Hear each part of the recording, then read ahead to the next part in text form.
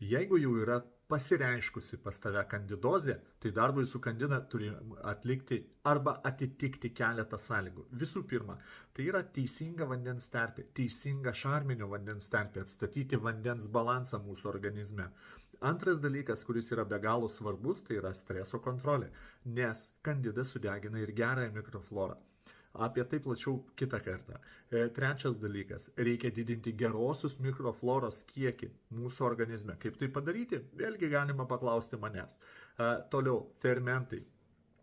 Nes grybelis ir bloga mikroflora, kaip sakant, atlieka tam tikrus dalykus, kurie be fermentų pagalbos nebus pašalinti.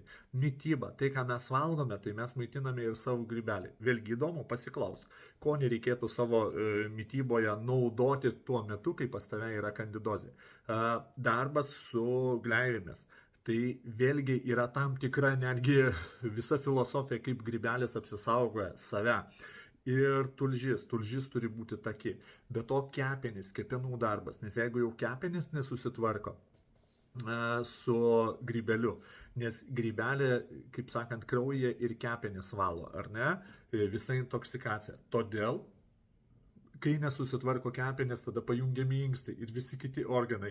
Ir jau apnašus ant liežuvių po apyvarpę pleiskanoti plaukai rodo, kad mūsų organizmas, jau vidiniai organai nesusitvarko su tuo kiekiu grybelių, kuris yra, ir jį išmeta į paviršių. Todėl būtinai parašyk man į telegramą, jeigu reikia konsultacijos, arba susisiek su manimi kitais profilio aprašyme esančiais būdais.